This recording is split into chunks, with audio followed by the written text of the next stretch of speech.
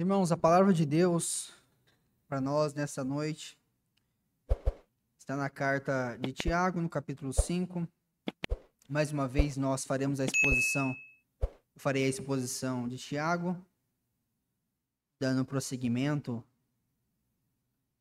ao que nós já iniciamos, desta feita no capítulo 5, do verso 1 ao 6. Tiago, capítulo 5, verso 1 ao verso 6. No último sermão, em Tiago, nós vimos um pouquinho sobre como fazer um projeto de vida que honre a Deus, também ligado a questões financeiras, a projetos. Ainda nesse tema de finanças, de dinheiro, de riquezas, nós trataremos nesta noite. E Tiago, ele gasta uma porção aqui da sua carta para nos ensinar algumas exortações preciosas. Então, façamos a leitura. Peço aos irmãos que atentem para a leitura, do verso 1 ao verso 6. Assim diz a palavra do nosso Deus. Atendei agora, ricos, chorai lamentando por causa das vossas desventuras que vos sobrevirão. As vossas riquezas estão corruptas, e as vossas roupagens comida de traça. O vosso ouro e a vossa prata foram gastos de ferrugem, e a sua ferrugem há de ser por testemunho contra vós mesmos, e há de devorar como fogo as vossas carnes. Tesouros acumulastes nos últimos dias.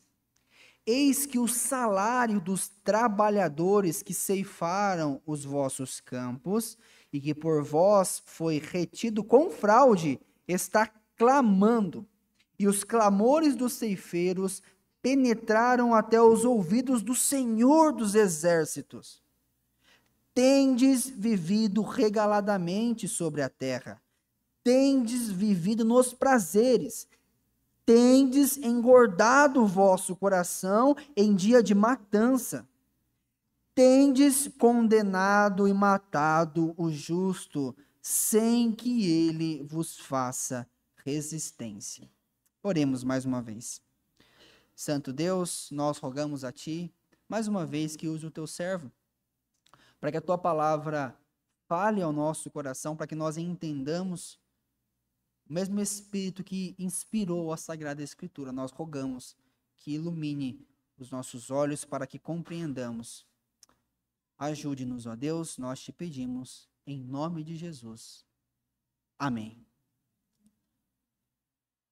Muitos crentes, especialmente nós, brasileiros, têm dificuldade em entender as riquezas materiais e os ricos. Na nossa aula da EBD hoje, na sala dos adultos, nós falamos um pouquinho sobre isso. Parte disso se deve pelo pensamento católico romano, que é intrínseco ao brasileiro. Nós somos uma cultura católica romana. Por mais que nós não confessemos isso, mas nós temos alguns fundamentos e alguns pensamentos que ficam no nosso inconsciente, que precisa ser corrigido. E também nós temos algumas dificuldades para tratar de riqueza e de compreender o rico, porque a maioria de nós foi, de alguma forma, injustiçada por pessoas poderosas, por empresas poderosas, e por isso, às vezes, nós não sabemos como compreender isso da maneira correta. Não há nenhuma literatura, nenhum livro que fale tanto sobre riqueza e sobre justiça social do que a Bíblia. A palavra de Deus está eivada, cheia de orientações com relação ao dinheiro, com relação à riqueza e especialmente com relação ao rico. A Bíblia, de maneira nenhuma, isso precisa ficar claro, a Bíblia de maneira nenhuma condena a riqueza em si e nem o ser rico. Mas ela sempre nos adverte enfaticamente sobre a responsabilidade e grande responsabilidade que a pessoa que foi abençoada por Deus com muitos bens materiais, que ela tem diante de Deus e diante dos seus irmãos. Muitas passagens nos falam sobre isso e falam também da responsabilidade. É perfeitamente concebível que nós podemos entender que Tiago escreveu essa passagem, também a passagem anterior, do verso 1 ao capítulo 5, do verso 1 ao verso 6, que nós lemos agora, para cristãos ricos que estavam oprimindo os pobres. E ele quer orientar os ricos qual é a maneira correta de proceder com a sua riqueza. O que a Bíblia ensina sobre riqueza e os bens materiais? Como devemos entender as bênçãos financeiras que nós recebemos do nosso Deus? Como nós podemos honrar a Deus com os nossos bens? E antes que você diga assim, essa passagem aqui está chamando a atenção dos ricos. Logo eu vou tampar os meus ouvidos porque eu sou pobre, então tá tudo bem para mim. Lembre-se que, considerando os padrões do tempo da escrita de Tiago e os padrões que nós temos hoje, todos nós somos ricos. Como eu já disse em outros sermões, pobre naquele tempo era a pessoa que não sabia o que ia comer amanhã. Tanto é que o salário, se a pessoa poupasse o salário que ela recebia no dia, ela não teria o que comer. Então, para os padrões da época, todos nós aqui somos ricos. Todos nós minimamente temos acesso à saúde, temos um salário. Eu duvido que entre nós aqui, pode ser que exista, mas eu duvido que entre nós aqui exista uma pessoa que não chega em casa e abra a despensa e não encontre um arroz, um feijão, uma cama, um lugar para ficar. Então, de certa forma, essa advertência também é a nós. Nós somos ricos. Nós temos condição financeira boa, comparado com os padrões daquele tempo. Então, esse sermão também se aplica a nós e todos aqueles que recebem seu recurso financeiro. Então, irmãos, tendo posto isso, eu queria meditar na palavra de Deus com os irmãos nesta noite com o seguinte tema: como usar o seu dinheiro para a glória de Deus? Como usar o seu dinheiro para a glória de Deus? Nós lemos um texto aqui sobre os dízimos e ofertas, honrar a Deus com os nossos bens. Como que nós fazemos isso de fato, na prática? Vejamos então, irmãos, em primeiro lugar, do verso 1 ao verso 3, ao verso 4, no verso 3, que para nós honrarmos a Deus com os nossos bens, nós precisamos considerar que um dia, cada um de nós vamos prestar contas a Deus. Então, como honrar a Deus com os seus bens? Considere que um dia você vai prestar contas a Deus de cada centavo. Um dia você vai prestar contas a Deus de cada centavo. E Tiago, ele inicia a sua advertência com relação a isso, no verso 1, dizendo: atendei. Os irmãos lembram, no último sermão eu falei sobre isso? Se você voltar no verso 13, é a mesma palavra, atendei, o que nos faz concluir que é o mesmo assunto que ele está tratando com relação a finanças e a planejamento. E os irmãos lembram muito bem que essa palavra aqui, ela é muito interessante. Algumas versões até traduzem como venha aqui agora. Eu usei até uma ilustração no último sermão, em Tiago, que é mais ou menos assim: você ficou sabendo que algumas crianças estão aprontando em certo lugar, você ouve o nome das crianças que estão aprontando. Quando essas crianças estão passando, você diz assim, ó, vem aqui agora, isso é urgente. Olha, estou sabendo de algumas coisas. Então é algo urgente se atender. Tem umas versões antigas traduzem como eia, ou seja, venha, isso é urgente, vamos conversar sobre isso? E é o que Tiago está fazendo. E quem são essas pessoas que ele está praticamente pegando pelo braço e dizendo assim, vem aqui, vamos conversar sobre isso. São os ricos. Ricos. Vem aqui agora, os ricos. Nós, ricos. Nós somos abençoados por Deus, como eu bem disse. Qual seria a advertência para nós? Porque nós precisamos considerar que um dia vamos prestar contas a Deus. Olha a advertência de Tiago, irmãos. Observem. Chorai lamentando. Chorai lamentando. Por que Tiago, ele dá essa ordem para os irmãos ricos? Porque aqueles que têm uma condição financeira boa, ou até mesmo nós que estamos bem, não temos do bom, do melhor, por assim dizer, mas estamos bem, estamos razoavelmente bem. Automaticamente é do nosso ser ficarmos tranquilos e nos contentarmos e nos alegrarmos com injustiças que nós sabemos que existe, ou às vezes sabemos que estamos compactuando com algumas injustiças e ficamos neutros e sossegados com relação a isso. Mas a advertência de Tiago é: chorai lamentando. Chorai lamentando. A ordem para chorar aqui é porque se a pessoa rica fez algo injusto e ela se enriqueceu com aquilo injustamente, ela tem que ter em mente que ela vai receber de Deus a retribuição. Esse imperativo aqui para que eles chorem lamentando, como Tiago ele é um judeu e ele usa a estilística hebraica para escrever a sua carta, muitas das expressões que ele usa está baseado no Antigo Testamento.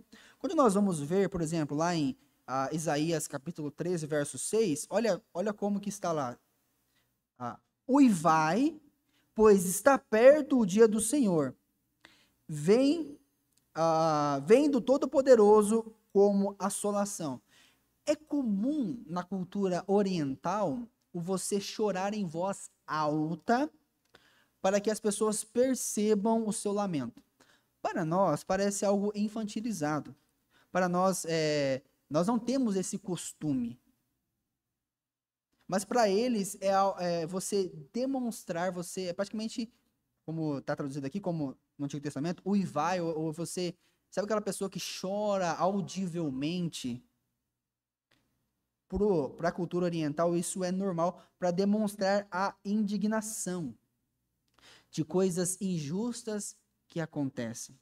Irmãos, nós não precisamos ir longe, nem precisamos ter muito tempo para pensar em grandes injustiças que acontecem com pobres e como pessoas ricas, poderosos, grandes empresas cometem injustiça com pobres. A gente não precisa gastar muito tempo com isso. Agora, observem, nós às vezes temos dificuldade com isso, sabe por quê? Porque quando nós falamos de pobres sendo injustiçados, ou da luta do pobre contra o rico, automaticamente nós pensamos em um pensamento esquerdista, que enfatiza demasiadamente isso. Que o pobre é oprimido, que o pobre é isso, que o pobre é aquilo. Embora eles pequem porque eles enfatizam demais isso, não significa que esteja de todo errado. Porque é verdade.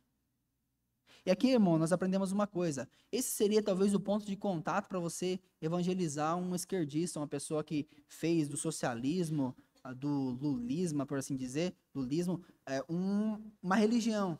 Você vai falar com ele, de fato, existe injustiça mesmo. É verdade. Mas não é só isso. Aí você pode desenvolver. Mas voltando aqui para o sermão, nós, como abençoados por Deus com bens materiais, nós deveríamos chorar e estar atentos com injustiças que acontecem neste mundo e compreender que essas pessoas, um dia, elas vão prestar contas a Deus e que nós também não deveríamos de maneira nenhuma compactuar com isso. Se nós, de maneira assim, pensamos que de alguma forma nós, não falando nada, ou não lutando por coisas justas, sendo de uma forma neutra, pensamos que estaremos desculpados, nós nos enganamos. Porque nós somos chamados para lutar por aquilo que é justo, votar em candidatos justos, em pessoas que trazem essa justiça e lutam contra essa desigualdade, essa injustiça com os pobres. E olha o que Tiago ele diz: o motivo pelo qual os ricos devem chorar é por causa das desventuras que vos sobrevirão. Desventuras aqui também, em algumas traduções, eles colocam como misérias, ou seja, a prestação de contas que eles terão que receber, dar a Deus por aquilo. Então, considerando que, de alguma forma, o rico, ele agiu injustamente com alguém, ele deve chorar. Ele deve se arrepender, ele deve confessar isso a Deus e entender que ele vai prestar contas a Deus. E nós também, irmãos, em tudo que nós fizemos. Seja num troco que nós voltamos errado ou recebemos errado e recebemos mais do que deveríamos e não devolvemos, no imposto de renda, em alguma compra, alguma coisa que seja. A gente pode pensar em inúmeras vezes em que, de alguma forma, nós prejudicamos alguém. Mas Tiago, ele é enfático e ele deixa mais claro a nós que tipo de riqueza ou que tipo de má utilização da riqueza ele está se referindo aqui. Embora essas coisas que eu citei também podem ser aplicadas a nós, mas ele é mais enfático, ele é mais específico. Olha o que ele diz no verso de número 2. As vossas riquezas estão corruptas, e as vossas roupagens comida de traça. E ele continua no verso 3: o vosso ouro e a vossa prata foram gastos de ferrugem. Sempre na palavra de Deus, entendam assim, sempre na palavra de Deus, quando aparece ouro, prata e roupas, é referência a bênção de Deus material, que Deus derrama sobre as pessoas. E a descrição que ele faz aqui do pecado desses ricos, nos dá a entender que essas pessoas estão acumulando desnecessariamente. Porque a única forma de uma roupa ser comida por traça, ou de algum certo tipo de riqueza ser danificada pelas ferrugens, embora a prata e o ouro ela não se enferruje, mas ele desbota, é o acúmulo desnecessário. Agora observe, irmãos, para nós podermos honrar a Deus com nossas riquezas, nós temos que sempre lembrar que vamos prestar contas a Deus por tudo. E se nós também acumulamos desnecessariamente, nós não estamos honrando a Deus. Se nós, de alguma forma, juntamos demais, sem um objetivo claro para honrar o nome de Deus, eu falo nós porque eu também, às vezes nós temos 10, 15 pares de roupa que nem usamos, nem mal olhamos para aquilo, às vezes a roupa estraga, temos 20 pares de sapato e não usamos e a gente acumula, a gente perde a noção. E olha o que o texto diz: a sua riqueza está sendo comida por traça, por ferrugem. Às vezes a gente vê esses poderosos, ricos, a pessoa tem coleção de carro, tem 50 carros, um melhor que o outro, assim. Não que isso seja pecado, mas você vê que com o tempo aquilo vai se corroendo, aquilo poderia ser usado de outra maneira, aquilo poderia ser investido de outra forma, poderia ajudar outras pessoas. A gente começa a pensar nessas coisas que são verdadeiras, irmãos. Nós deveríamos ficar indignados com isso. Não que o ter coleções e você ter algo seja pecaminoso, não, mas isso deveria nos levar a pensar, né? Olha a advertência: a vossa riqueza estão corruptas, e as vossas roupagens comida de traça, o ouro e a vossa prata gastos de ferrugem. Olha o que ele diz: a sua ferrugem há de ser por testemunho contra vós, e há de devorar como fogo as vossas carnes. Ele está dizendo assim que a traça e a ferrugem que consomem os nossos bens materiais são a testemunha contra nós de que nós usamos mal os nossos recursos financeiros. E que nós não honramos a Deus. É uma advertência pesada, meus irmãos. É algo que nós deveríamos meditar e refletir diante de Deus. Ele faz essa analogia, assim como a traça e a ferrugem corroem os bens materiais, assim a pessoa que usa mal os seus bens materiais, o ímpio, os poderosos, os ricos, vão ser consumidos pelo fogo da ira de Deus. Você pode até ser pobre, está usando mal o seu recurso, de maneira egoísta. Saiba, se você não se arrepender e crer no Senhor Jesus, você será consumido, assim como a traça e a ferrugem corroem as riquezas. E Tiago ele encerra essa pequena sessão dizendo: tesouros acumulastes nos últimos dias. Tiago, ele traz um tom irônico aqui, porque ele diz assim, ó, vocês estão acumulando tesouros de maneira que não honra a Deus, que não glorifica a Deus, mas na verdade, no fim das contas, vocês estão acumulando juízo de Deus sobre vocês, porque vocês estão usando mal os recursos financeiros que vocês receberam. Vocês estão acumulando para os últimos dias. Aqui tem a ideia também que eles de fato estavam acumulando, mas também que eles haveriam de prestar conta a Deus no último dia.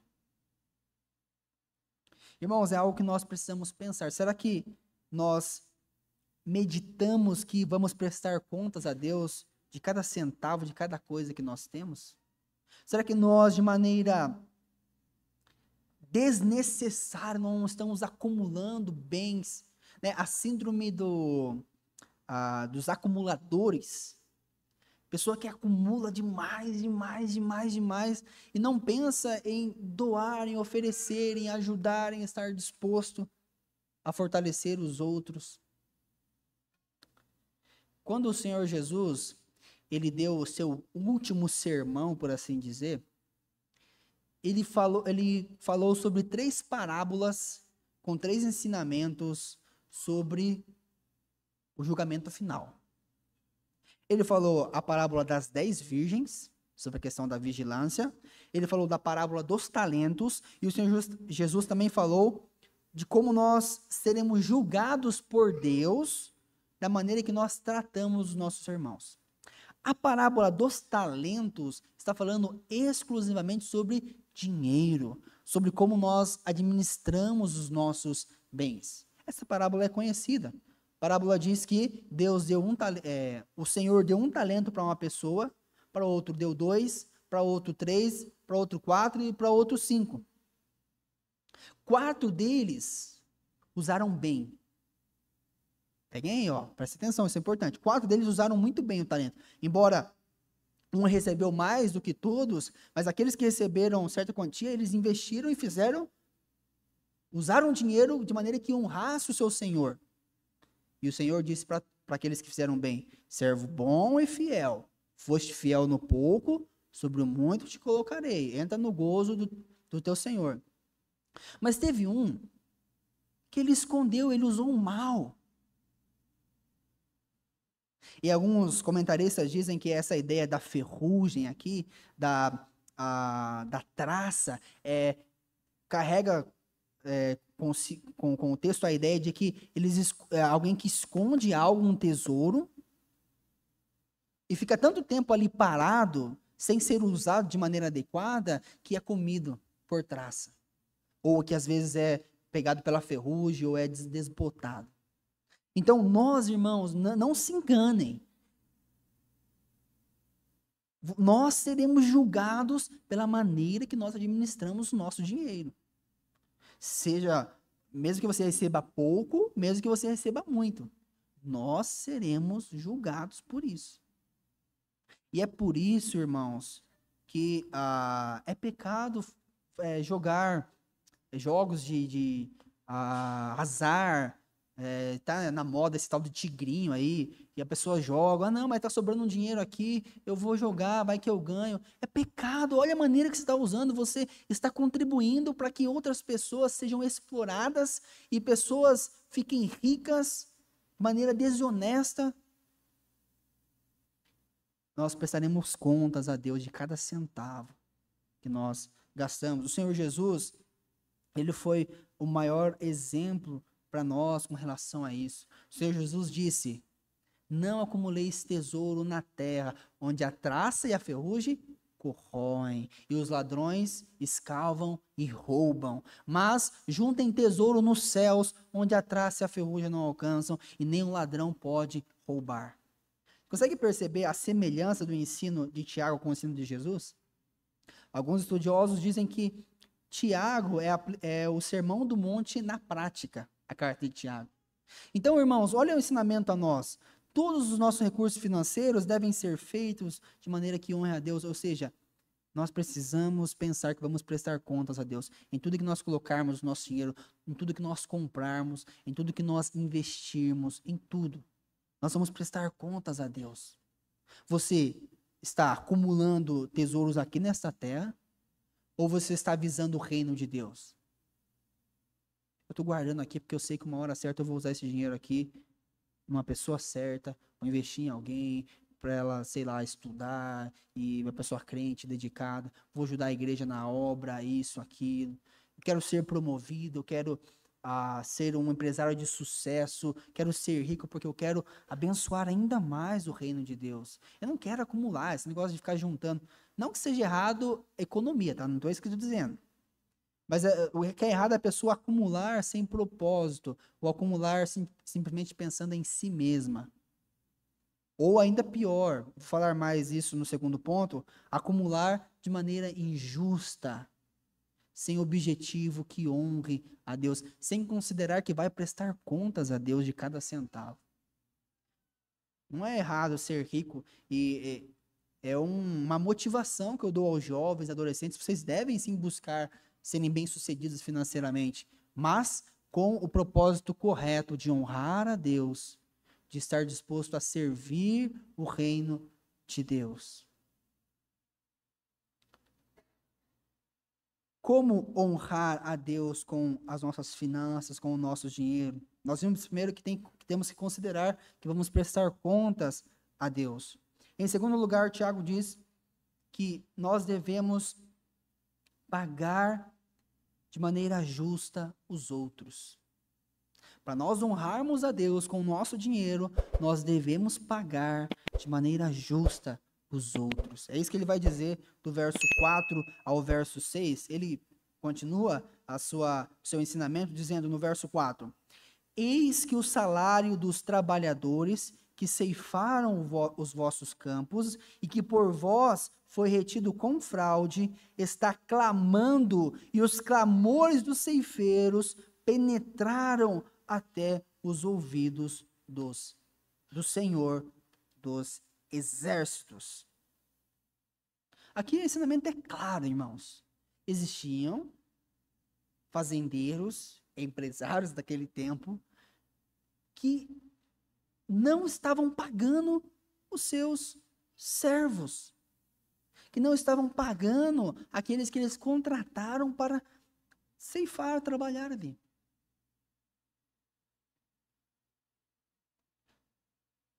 A palavra de Deus sempre ela adverte com relação a pagamento justo. Ela sempre diz: o trabalhador é digno do seu salário. E lá em Deuteronômio, com relação à lei civil, a gente até poderia chamar que seria a carteira do trabalhador, né? Deus ele colocou ali as regras da carteira do trabalhador. E é algo que a gente tem que louvar a Deus, né? Nós, graças a Deus, temos um país que luta por isso, né? Às vezes enfatiza demais, mas é um país que luta por isso e traz os direitos para o trabalhador, e isso é bom. Mas a palavra de Deus também fala sobre isso. Olha o que diz, lá em Deuteronômio, capítulo 24, verso 14 ao 15. Não oprimirás o jornaleiro pobre e necessitado, seja ele teu irmão ou estrangeiro que está na tua terra e na tua cidade. No seu dia lhe darás o seu salário, antes do pôr do sol, porquanto é pobre, e disso depende a sua vida, para que não clame contra ti ao Senhor, e haja em ti pecado. Depois os profetas, como Jeremias, Jeremias estava num contexto em que muitos ricos ali em Jerusalém estavam oprimindo os pobres.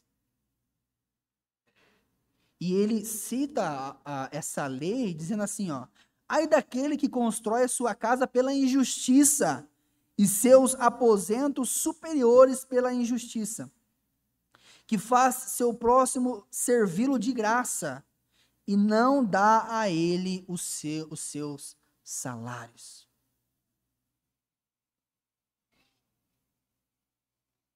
Nós somos chamados, irmãos, para pagar justamente os outros que trabalham. E Tiago está dizendo aqui que naquele tempo existiam essas pessoas que faziam isso. E ele diz com mais detalhes o que essas pessoas estavam dizendo no verso 5.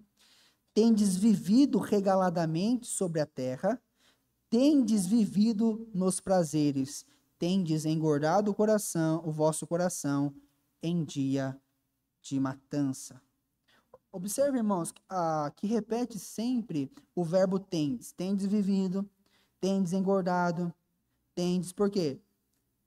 Essas pessoas, além de elas estarem acumulando de maneira injusta, porque elas estavam roubando dos outros, elas estavam fazendo isso para viver segundo os seus prazeres e engordar o coração delas mesmas nos seus próprios prazeres.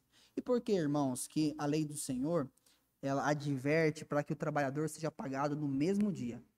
Porque o Senhor sabiamente sabe que aqueles que são poderosos, eles de alguma forma poderiam oprimir os trabalhadores. Como assim? Se ele deixa para pagar no outro dia, ele poderia simplesmente dizer assim: eu não lembro de você ter trabalhado aqui. Ou, não, aquele dia já passou. Trabalha hoje que hoje eu te dou. Então poderia ser. E o trabalhador ali com medo de sofrer algum tipo de retaliação. Ela fala: não, melhor eu me contentar com o que eu vou receber hoje, porque vai que ele não paga nada. E o trabalhador precisava daquilo, ele era pobre, era necessitado. Então, para prevenir esse tipo de exploração, a lei do Senhor diz: paga no mesmo dia. Mas essas pessoas ricas aqui estavam mais preocupados em viver regaladamente nos seus prazeres. Mas olha a advertência de Tiago, diz que o salário, é interessante aqui que ele diz que o salário está clamando. Ele certamente faz isso para enfatizar, para trazer força. Usa de um objeto inanimado para dizer força, para trazer força ao seu argumento. Mas ele diz que os ceifeiros também clamam e que isso penetrou aos ouvidos do Senhor dos exércitos. Ou seja, o Senhor justo, ele está atento a qualquer injustiça. Ele está atento a qualquer coisa que saia dos planos. E é uma orientação a nós também, irmãos. Toda vez que nós sofremos injustiça, nós devemos confiar naquele que julga retamente todas as coisas. Devemos sim lutar pelos nossos direitos, devemos ir atrás dos nossos direitos, como a lei nos garante isso. Mas existem coisas que estão fora do nosso alcance. Muitas vezes nós esquecemos de clamar a Deus. Nós esquecemos de falar: ô Senhor, tu que és justo, Senhor dos exércitos. Nós lemos na abertura do nosso culto, chamada adoração, que nós devemos louvar a Deus pela sua justiça, porque Ele é altíssimo, Ele é o Senhor dos exércitos. Isso deveria trazer a nós segurança e não desespero. Às vezes nós olhamos os poderosos deste mundo, pessoas influentes, empresas, e aí você vê as injustiças que acontecem, você é tentado a entrar em desespero. Mas nós não devemos entrar em desespero, nós devemos lembrar que o Senhor dos exércitos está conosco e Ele está atento ao nosso clamor. Mesmo que esses poderosos, às vezes, nos roubem, que isso acontece. Mesmo que, às vezes, nós sejamos injustiçados, nós devemos dobrar os joelhos e dizer, Senhor, está em tuas mãos. Eu sei que o Senhor ouve. Eu sei que nada passa dos teus olhos. Isso tem que ser de consolo a nós. E ele está advertindo aqui esses ricos, esses poderosos, e é um conforto a nós. Mas também, irmãos, é uma advertência a nós. Sabe por quê? Porque, de certa forma, aqui, cada um de nós temos empregados. A maioria aqui talvez trabalhe, more em um condomínio. E no condomínio você tem lá o porteiro, você tem empregados que estão à sua disposição e trabalham para você. Muitos aqui contratam faxineiro, faxineira, jardineiro, muitas coisas. E, infelizmente, alguns crentes não são justos. Alguns crentes, ao invés de pagar o salário justo para uma pessoa, procuram a oportunidade de extorquir. Procuram, às vezes, a pessoa que está fazendo o trabalho mais barato. E não tem vergonha de falar, você está cobrando esse valor aqui, mas eu sei que o justo não é esse valor. Está aqui, ó. Deveria ser tarefa de nós, cristãos. Não pagar só para a pessoa sobreviver, mas pagar aquilo que é justo pelo serviço dela. Às vezes nós, só porque moramos talvez num condomínio, em algum lugar que tem pessoas que nos servem, nós julgamos ser melhores e falhamos de muitas formas. Atrasamos pagamentos, atrasamos contas e diversas coisas. Somos injustos, devemos estar atentos a essa repreensão aqui, porque somos filhos e o Senhor pode nos disciplinar por proceder de maneira errada, ou sermos injustos, ou acumularmos, enriquecermos de maneira injusta. E essa advertência aqui cai com maior peso sobre aqueles que são chefes, empresários, pessoas que são chefes de família também, que têm uma grande quantia de dinheiro, que administra isso de certa forma, porque é necessário ser justo em tudo que faz. O trabalhador é digno do seu salário. Nós não devemos, irmãos, pecar contra Deus neste sentido. E ele diz assim, tendes engordado o vosso coração em dia de matança. No Antigo Testamento, sempre quando o Senhor ele ia advertir o povo que eles seriam disciplinados por Deus, a expressão sempre era: vai chegar o dia da matança, em que o Senhor vai julgar, em que o Senhor vai disciplinar o seu povo. Então, Tiago está usando a mesma analogia aqui, que muitas pessoas que enriquecem injustamente nas custas dos outros, na verdade, essa pessoa é como um leitão, uma ovelha, um novilho que está só sendo engordado para o dia do abate, quando o Senhor virá e julgará essas pessoas. É por isso que nós lemos na leitura de confissão de pecados, que o Senhor Jesus fala, ai dos ricos, porque tendes a vossa consolação. Ali não é advertência simplesmente da pessoa ser rica e por isso ela é pecadora, não é isso. Ali é da pessoa que se apega à riqueza e faz da riqueza a sua consolação e de qualquer forma quer ser rica, quer crescer, quer engordar financeiramente a custas dos outros.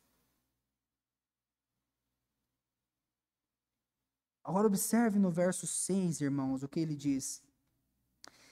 Tendes condenado e matado o justo, sem que ele vos faça resistência.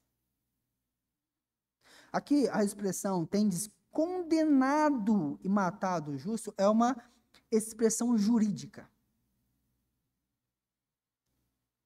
De alguma forma, que nós não sabemos, os ricos e os poderosos daquele tempo estavam manipulando questões jurídicas para condenar o pobre e o necessitado.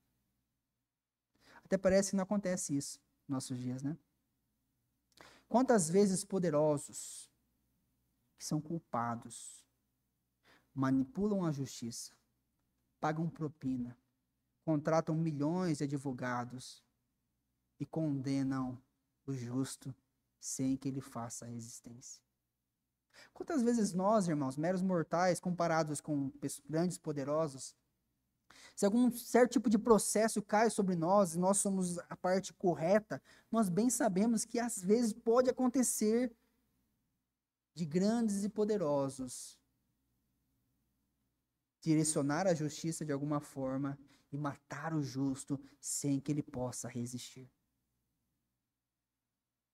Conversando com um amigo que trabalha em questões de seguro, assim, e ele me disse, compartilhando comigo algumas coisas que ele viu, assim, que foram muito chatas.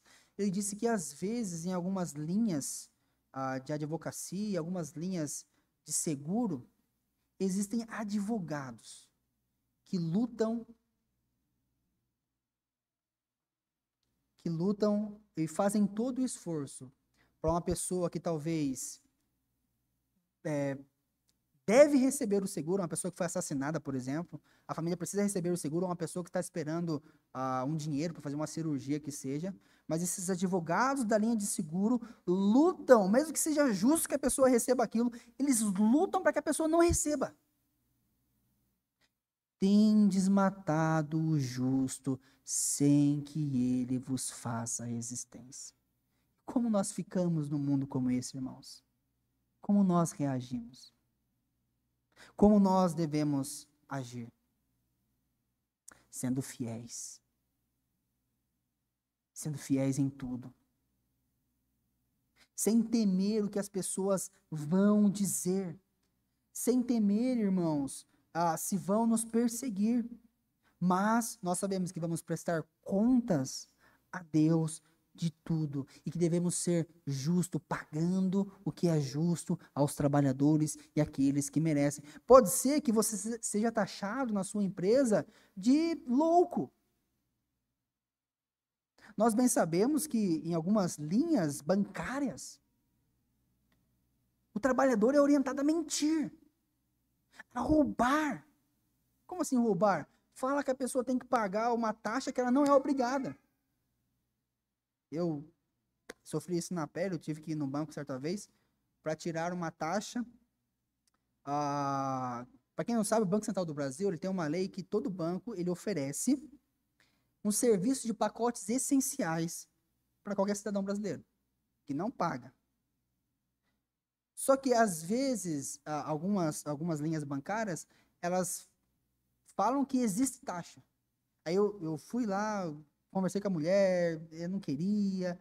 Aí, no fim, que eu decidi que eu ia encerrar minha conta, a mulher disse, olha, eu vou abrir uma exceção para você aqui, mas considera uma coisa, é que eu sigo ordens.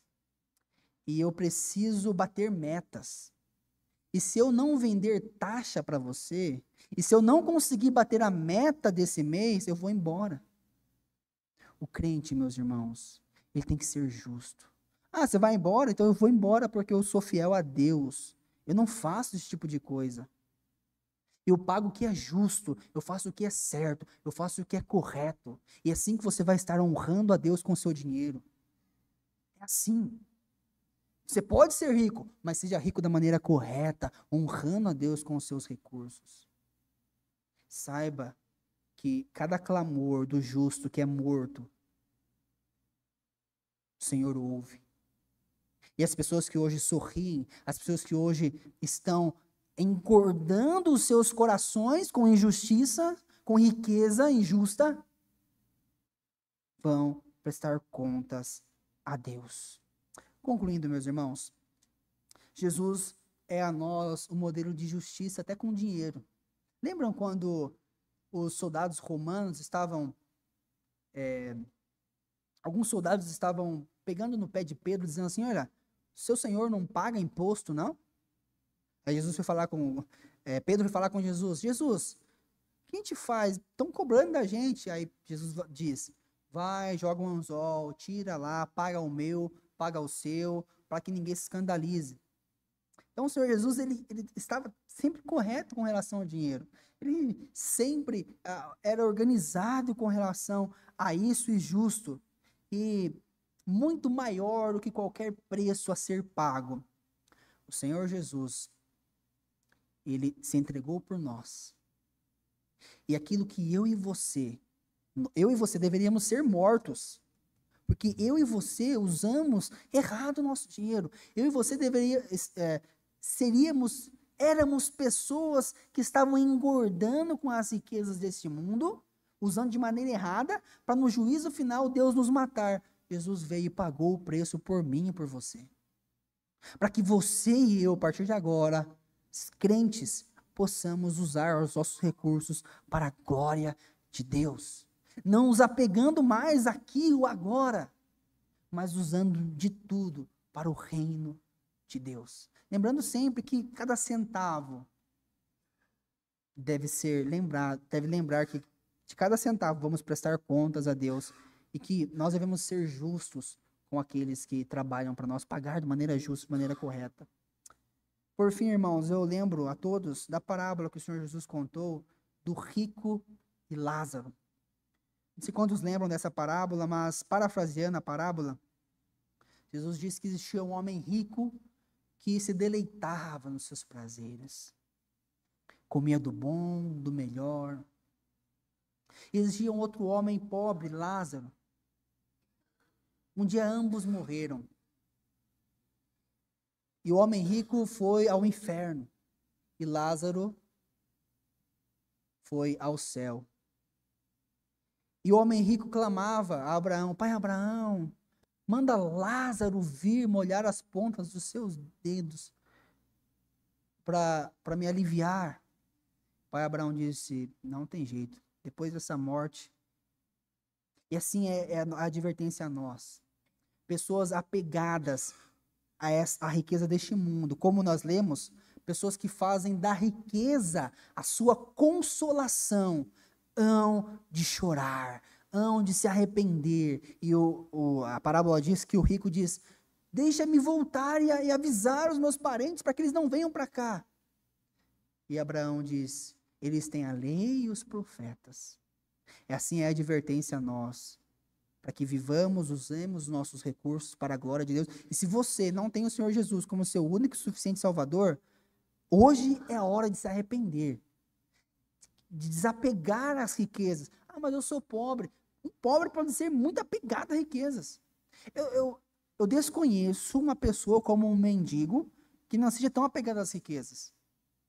Porque quando você vai falar com ele fala para você assim: eu quero um abraço, eu quero um conselho, é isso que ele fala para você? Não. Quero dinheiro, quero comida, quero roupa. Apego às riquezas deste mundo. Mas se nós olharmos para o Senhor Jesus, nós encontraremos a maior fonte de bênçãos, riquezas espirituais. E assim, poderemos ser um vaso de bênção. Você, com as suas riquezas, você pode ser um vaso de bênção.